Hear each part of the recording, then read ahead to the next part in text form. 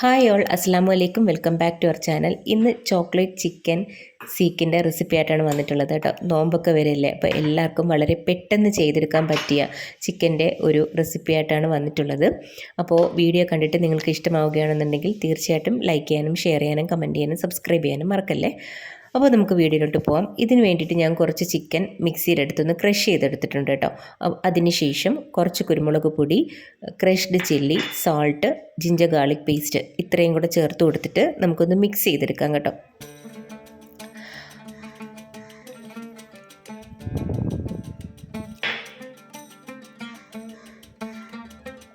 അപ്പോൾ നോമ്പിന് നമുക്ക് എളുപ്പത്തിൽ തന്നെ ചെയ്തെടുക്കാൻ പറ്റും. അപ്പോൾ എല്ലാവരും ഒന്ന് ട്രൈ ചെയ്ത് നോക്കട്ടെ. അപ്പം നമുക്ക് ഈസി ആയതുകൊണ്ട് തന്നെ കുഞ്ഞുങ്ങൾക്കും ഒക്കെ എന്താ പറയുക, ആ ഒരു ഇതിൽ ടെക്സ്ചറിൽ, അതായത് നമ്മൾ ചോക്ലേറ്റ് ചിക്കൻ സീക്ക് എന്നാണ് പറഞ്ഞത്, പക്ഷേ ഇതിനകത്ത് ചോക്ലേറ്റ് ആഡ് ചെയ്യുന്നില്ല. അപ്പോൾ കുട്ടികൾക്കൊക്കെ നോമ്പ് എടുക്കുകയാണെന്നുണ്ടെങ്കിൽ അവർക്ക് നോമ്പ് തുറക്കുന്ന സമയത്ത് ഇതുകൊണ്ട് വെച്ച് കൊടുക്കുമ്പം ഭയങ്കര ഒരു സർപ്രൈസായിട്ട് വെച്ച് കൊടുക്കുമ്പോൾ നല്ലൊരു ഇതായിരിക്കും കേട്ടോ. കാരണം ഇവർക്ക് എന്താണ് ആകാംക്ഷയെന്നൊക്കെ ഉള്ളത്. അപ്പം ആദ്യമായിട്ട് നോമ്പെടുക്കുന്ന കുഞ്ഞുങ്ങൾക്കൊക്കെ ആണെങ്കിൽ വളരെ സന്തോഷമായിരിക്കും കേട്ടോ ഇങ്ങനെയൊക്കെ ചെയ്ത് കൊടുക്കുമ്പോഴത്തേക്കും. അപ്പോൾ ഇനി വേണ്ടത് നമുക്ക് അലുമിനിയം ഫോയിൽ പേപ്പറാണ്. അത് ഞാനിവിടെ ഒന്ന് കട്ട് ചെയ്തെടുക്കുന്നുണ്ട്. അപ്പം ഞാനിപ്പോൾ കട്ട് ചെയ്തത് ഒരു തീരെ കുറച്ച് ചെറിയ സൈസിലാണ് കേട്ടോ. അപ്പോൾ നിങ്ങൾ കട്ട് ചെയ്യുമ്പം കുറച്ചുകൂടെ വലുതായിട്ട് എടുക്കാൻ ശ്രമിക്കുക. കാരണം നമുക്ക് ആ ഡോ വെച്ച് കൊടുക്കുമ്പോഴത്തേക്കും ഒന്ന് സ്പ്രെഡ് ചെയ്തിട്ടാണ് നമ്മൾ വെച്ച് കൊടുക്കുന്നത്. അപ്പോൾ ഈ ചെറുതാവുമ്പോൾ നമുക്കത് ചുരുട്ടിയെടുക്കാൻ കുറച്ച് നീളം കുറവായിരിക്കും, അതായത് കുറച്ച് വണ്ണമുള്ള ടൈപ്പ് പോലെ തോന്നിക്കും കേട്ടോ. അപ്പോൾ എനിക്ക് കുറച്ചൊക്കെ അങ്ങനെയാണ് വന്നത്. ഞാൻ പിന്നീട് കട്ട് ചെയ്തെടുത്തത് വലിയ ഒരു ഷേപ്പിലാണ് കേട്ടോ.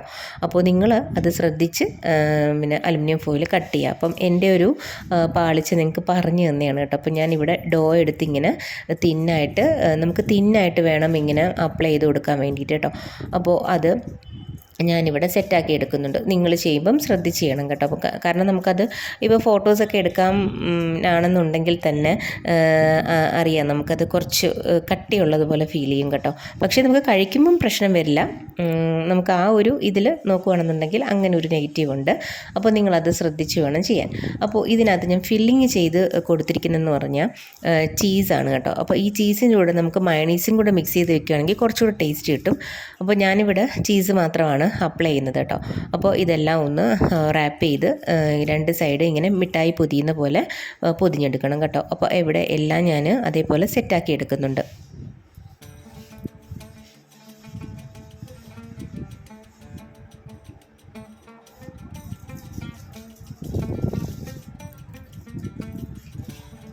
അതുപോലെ തന്നെ പൊതിയുമ്പം നമ്മൾ പിന്നെ ചീസിൽ തട്ടാത്ത രീതിയിൽ വേണം പൊതിഞ്ഞെടുക്കാൻ വേണ്ടിയിട്ട്. അപ്പോൾ എൻ്റെ 1-2 എണ്ണം അങ്ങനെ ആയിട്ടുണ്ടായിരുന്നു കേട്ടോ, 2 എണ്ണം. പിന്നെ ഞാനത് ശ്രദ്ധിച്ച് ചെയ്യുന്നുണ്ടായിരുന്നു. അപ്പോൾ അലുമിനിയം ഫോയിൽ അങ്ങനെ അതിലൂടെ അങ്ങ് ഇതായി പോകും കേട്ടോ. അപ്പം അത് രണ്ടാമത്തെ ഒരു ഇതാണ്, പോയിൻ്റാണ്. അപ്പോൾ ഇതേപോലെ ഞാനിവിടെ എല്ലാം സെറ്റ് ചെയ്തെടുത്തിട്ടുണ്ട്. ഇനി അടുത്ത് ഫ്രൈ ചെയ്തെടുക്കണം കേട്ടോ.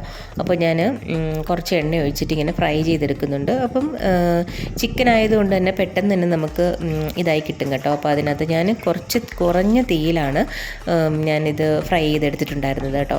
അപ്പോൾ ഇതെല്ലാം ഇവിടെ സെറ്റായിട്ടുണ്ട്.